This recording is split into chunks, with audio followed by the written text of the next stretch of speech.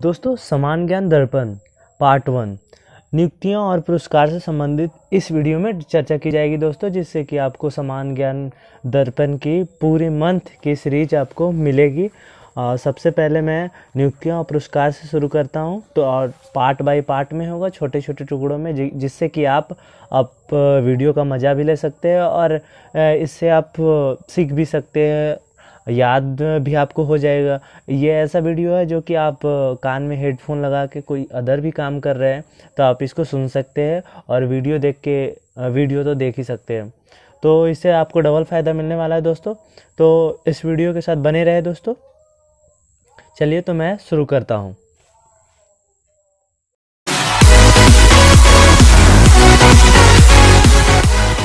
नमस्कार दोस्तों, मैं सीके सिंह आपका और अपने इंटरव्यू स्टडी चैनल पर आपको बहुत बहुत स्वागत करता हूं दोस्तों। समसामयिक समान ज्ञान दर्पण का नियुक्तियां से संबंधित विशेष जानकारी देखते हैं। भारत के विदेश सचिव कौन बने हैं? फर्स्ट क्वेश्चन, भारत के विदेश सचिव कौन बने हैं? तो हर्षवर्धन श्रृंगला नए विदेश सचिव होंगे, जो कि 29 जनवरी को अपना कार्यभार संभाले हैं, और 28 जनवरी को विजय केशव गोखले का कार्यकाल खत्म हो गया है।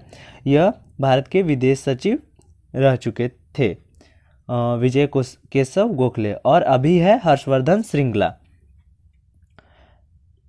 नेक्स्ट क्वेश्चन दोस्तों, भारत के वित्त मंत्रालय में व्यय सचिव टीवी सोमनाथन है। इनके बारे में कुछ जानकारी देखते हैं, क्या क्या है।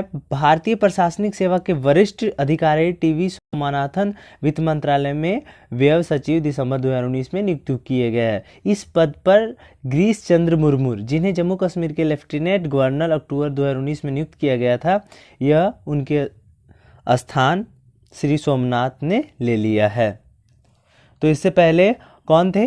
तो गिरीश चंद्र मुर्मू अभी कहाँ के लेफ्टिनेंट गवर्नर जनरल बने हैं? तो जम्मू कश्मीर के बने हैं, गवर्नर बने हैं, लेफ्टिनेंट गवर्नर। नेक्स्ट क्वेश्चन दोस्तों, यूरोपीय आयोग के नई अध्यक्ष कौन बनी है? यूरोपीय आयोग के नए अध्यक्ष उर्सुला वॉन डेयर लेयन बने हैं। उर्सुला वॉन डेयर यूरोपीय आयोग के नए अध्यक्ष बनी है।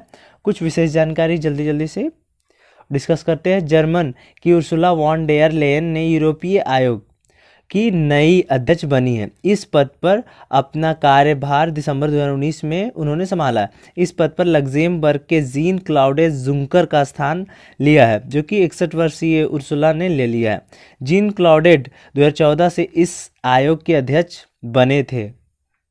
उर्सुला वॉन जर्मनी की शक्तिशाली नेता है तथा 2005 से 19 के दौरान एंजेला मर्केल के नेतृत्व वाली सरकार में शामिल रही है। यूरोपीय आयोग के अध्यक्ष पद पर भी यह पहली महिला है। तो जैसा कि जर्मनी से संबंधित शक्तिशाली महिला है दोस्तों, जरूर ध्यान रखें, Ursula von der Leyen. Next question दोस्तों, chief of defence staff general Bipin Rawat बने हैं। Chief of defence staff general Bipin Rawat बने हैं, जो कि भारत के थल सेना अध्यक्ष थे। जैसा कि सीडीएस के पहले चेयरपर्सन बने हैं आप जनरल बिपिन रावत। अब देखिए दोस्तों, ये सीडीएस का पद कब सृजन किया गया है? सीडीएस यानी कि चीफ ऑफ डिफेंस स्टाफ एक नया पद है जो 1 जनवरी 2020 से सृजित किया गया है। जनरल बिपिन रावत थल सेना अध्यक्ष पद 31 दिसंबर 2019 को सेवानिवृत्त हुए और इस पद पर नियुक्त किए गए। 4 स्टार जनरल बिपिन रावत देश के पहले चीफ ऑफ डिफेंस स्टाफ बने तथा इस पद पर दर्जा तीनों सेनाध्यक्ष से ऊपर होगा। चीफ ऑफ डिफेंस स्टाफ पद सृजित करने का निर्णय केंद्रीय मंत्रिमंडल 24 दिसंबर 2019 को बैठक में लिया गया। रक्षा मंत्रालय के सैनिक मामलों के विभाग यानी डिपार्टमेंट ऑफ मिलिट्री अफेयर्स यानी डीएमए के गठन का निर्णय भी प्रधानमंत्री ने लिया। यानी कि ये विभाग का भी गठन हुआ है और नया पद का भी गठन हुआ है। तो विभाग कौन सा है? डिपार्टमेंट ऑफ मिलिट्री अफेयर्स यानी कि डीएमए के गठन का निर्णय भी प्रधानमंत्री नरेंद्र मोदी ने अध्यक्षता में संपन्न हुआ है। चीफ ऑफ डिफेंस स्टाफ रहते हुए वह नवगठित नए सैनिक मामलों के विभाग के प्रमुख भी होंगे तथा वह विभाग के सचिव के रूप में कार्य करेंगे। अधिकतम उम्र 65 वर्ष की आयु तक इस पद पर रह सकेंगे। मुकुंद नरवाने भारतीय थल सेना के नए अध्यक्ष यानी प्रमुख चुने गए हैं दोस्तों। तो चलिए नेक्स्ट क्वेश्चन को देखते हैं।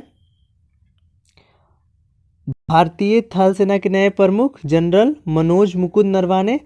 नेक्स्ट क्वेश्चन 6 नंबर, सीआरपीएफ के नए महानिदेशक डॉक्टर एपी माहेश्वरी चुने गए हैं। तो वरिष्ठ अधिकारी डॉक्टर एपी माहेश्वरी का केंद्रीय रिजर्व पुलिस बल सीआरपीएफ का महानिदेशक यानी कि डीजी जनवरी 2020 में नियुक्त किया गया। इस नियुक्ति से पूर्व वह गृह मंत्रालय के आंतरिक सुरक्षा विभाग से विदेश यानी कि विशेष सचिव पद पर वह तैनात थे। सीआरपीएफ के महानिदेशक पद पर उनकी यह नियुक्ति 28 जनवरी 2021 तक अग्रिम आदेश तक के लिए की गई है। नेक्स्ट क्वेश्चन दोस्तों, FICCI यानी federation of India chamber of commerce and industry के अध्यक्ष के रूप में अपोलो हॉस्पिटल ग्रुप की संगीता रेड्डी सत्र 2019-20 के लिए चुनी गई है। चलिए तो दोस्तों इसके बारे में कुछ विशेष जानकारी देते हैं। अपोलो हॉस्पिटल ग्रुप की संयुक्त प्रबंधक निदेशक संगीता रेड्डी ने सत्र 2019-20 के लिए उद्योग व्यापार जगत के संगठन फिक्की यानी कि federation of Indian chamber of commerce and industry की नई अध्यक्ष के रूप में कार्यभार संभाला है।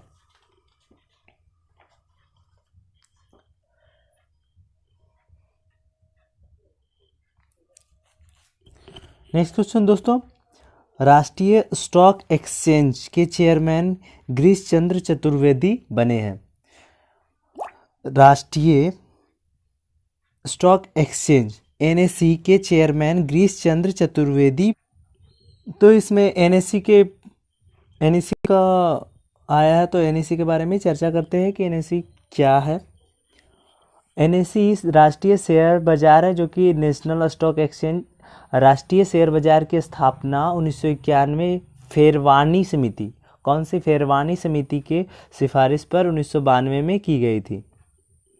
नेक्स्ट क्वेश्चन दोस्तों, RBI के डिप्टी गवर्नर नियुक्त किए गए हैं। RBI के डिप्टी गवर्नर नियुक्त किए गए हैं माइकल देवव्रत पात्रा। माइकल देवव्रत पात्रा को नियुक्त किया गया है। तो माइकल देवव्रत पात्रा भारतीय रिजर्व बैंक के डिप्टी गवर्नर 2020 में जनवरी माह में नियुक्त किए गए हैं। इस नियुक्ति से पूर्व रिजर्व बैंक में कार्यकारी निदेशक के रूप में कार्यरत थे। डिप्टी गवर्नर पद पर उनकी यह नियुक्ति 3 वर्ष के लिए की गई है। इस बैंक में वो चौथे डिप्टी गवर्नर है। अन्य 3 गवर्नर है NS विश्वनाथन पहला, और दूसरा VP कानूंगो, और तीसरा महेश कुमार, और चौथे यह माइकल देवव्रत ही बने हैं। नेक्स्ट क्वेश्चन दोस्तों, RBI के अन्य 3 गवर्नर जनरल जो कि मैं चर्चा कर चुका हूँ, NS विश्वनाथन, VP कानूंगो और महेश कुमार जैन। चर्चा करते हैं कि कौन किन्हें और कब मिला है। तो मध्य प्रदेश का तानसेन पुरस्कार, मध्य प्रदेश का तानसेन पुरस्कार किन्हें मिला है। तो आंसर है दोस्तों पंडित विद्याधर व्यास, पंडित विद्याधर व्यास। तो देखते हैं दोस्तों ये किस क्षेत्र में दिया जाता है, कहाँ से दिया जाता है। मध्य प्रदेश शासन का शास्त्रीय संगीत के क्षेत्र में वर्ष 2019 का तानसेन सम्मान ग्वालियर घराने के प्रख्यात गायक पंडित विद्याधर व्यास को प्रदान किया गया है। यह प्रदेश की सांस्कृतिक मंत्री डॉक्टर विजय लक्ष्मी साधो ने 17 दिसंबर 2019 को ग्वालियर के तानसेन संगीत समारोह 2019 में उन्हें यह पुरस्कार प्रदान किया। इस पुरस्कार के तहत प्रस्तुत पत्र के साथ 2 लाख रुपए, कितने 2 लाख रुपए प्रदान किए जाते हैं। नेक्स्ट क्वेश्चन दोस्तों, ऐसे बता देना चाहता हूं कि 2018 में यह पुरस्कार प्रसिद्ध सितार वादक मंजू मेहता को व उससे पूर्व 2017 का हिंदुस्तानी शास्त्रीय गायक पंडित उल्हास कसलाकर को दिया गया था। नेक्स्ट क्वेश्चन दोस्तों, लोकमान्य तिलक राष्ट्रीय पत्रकारिता पुरस्कार दैनिक जागरण के प्रधान संपादक श्री संजय गुप्ता को दिया गया। इसकी स्थापना 1881 में बाल गंगाधर तिलक ने की थी।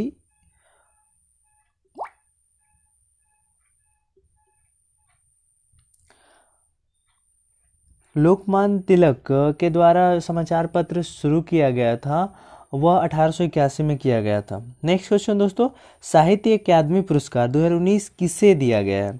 इस बार 23 भाषा में दिया गया है। ऐसे यह 24 भाषा में दिया जाता है, इस बार नेपाली भाषा में नहीं दिया गया।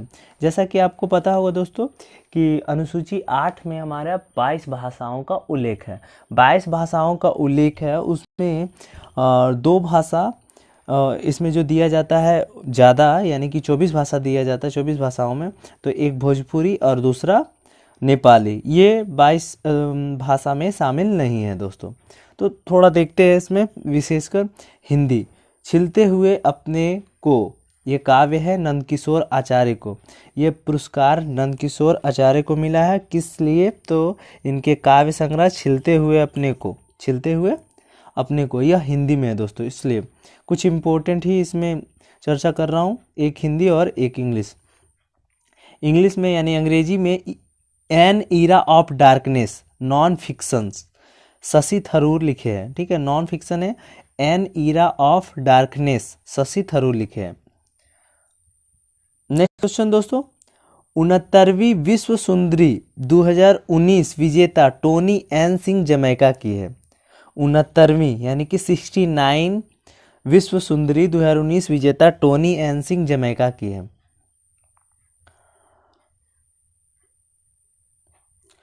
विशेष इसमें दोस्तों 69वीं जो विश्व सुंदरी प्रतियोगिता का फाइनल दौर ब्रिटेन में लंदन में 14 दिसंबर 2019 को संपन्न हुआ।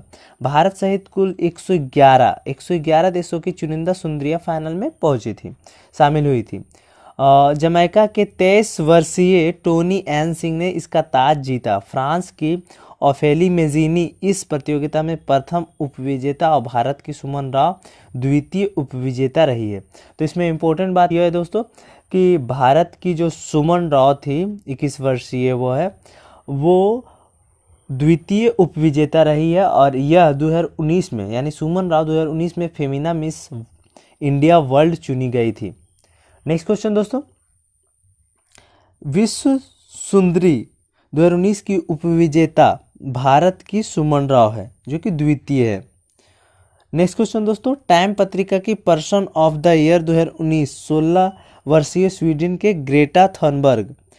टाइम पत्रिका का person of the year, time पत्रिका का पर्सन ऑफ द ईयर 2019, बहुत इंपॉर्टेंट क्वेश्चन दोस्तों, क्योंकि ग्रेटा थनबर्ग 16 वर्षीय ये एक पर्यावरण सोच की व्यक्ति है दोस्तों। तो ये ग्रेटा थनबर्ग को टाइम पत्रिका के पर्सन ऑफ द ईयर 2019 चुना गया है। नेक्स्ट क्वेश्चन दोस्तों, क्रिकेट में उत्कृष्ट प्रदर्शन हेतु बीसीसीआई के 2018-19 के पुरस्कार पॉली रिगर पुरस्कार जसप्रीत बुमराह को और महिला के क्षेत्र में पूनम यादव को। अंतर्राष्ट्रीय क्रिकेट में सर्वश्रेष्ठ पदार्पण पुरुष मयंक अग्रवाल और महिला में शेफाली वर्मा को। तो थैंक यू दोस्तों। नेक्स्ट इसका आएगा निधन चर्चित व्यक्ति दिवस पखवाड़ सप्ताह वर्ष। इसके आगे आर्थिक परिदृश्य के बारे में चर्चा की जाएगी। मैं थोड़ा ज़्यादा लंबा ना करता हूँ वीडियो को, और मैं यहीं इसको विराम देता हूँ अपनी वाणी को। तो दोस्तों आगे का सीरीज़ देखने के लिए इसको ज़्यादा से ज़्यादा शेयर करें कि आगे का सीरीज़ मैं जल्दी से जल्दी लाऊं, और हर मंथ का आपको इसी तरह तोड़ तोड़ के लाऊंगा, जो कि ऐसे घर में पढ़ना थोड़ा सा मुश्किल होता है और समझना भी। तो इसमें कुछ विशेष जानकारी आपके इसके थ्रू भी और लुसेंट या किसी के कोई भी किताब के मिक्सअप से आपको दिया जाएगा, जिससे कि आपको एग्ज़ाम के लिए आपके अलग अलग एग्ज़ाम के लिए काफ़ी हेल्पफुल होगा दोस्तों। तो थैंक यू दोस्तों।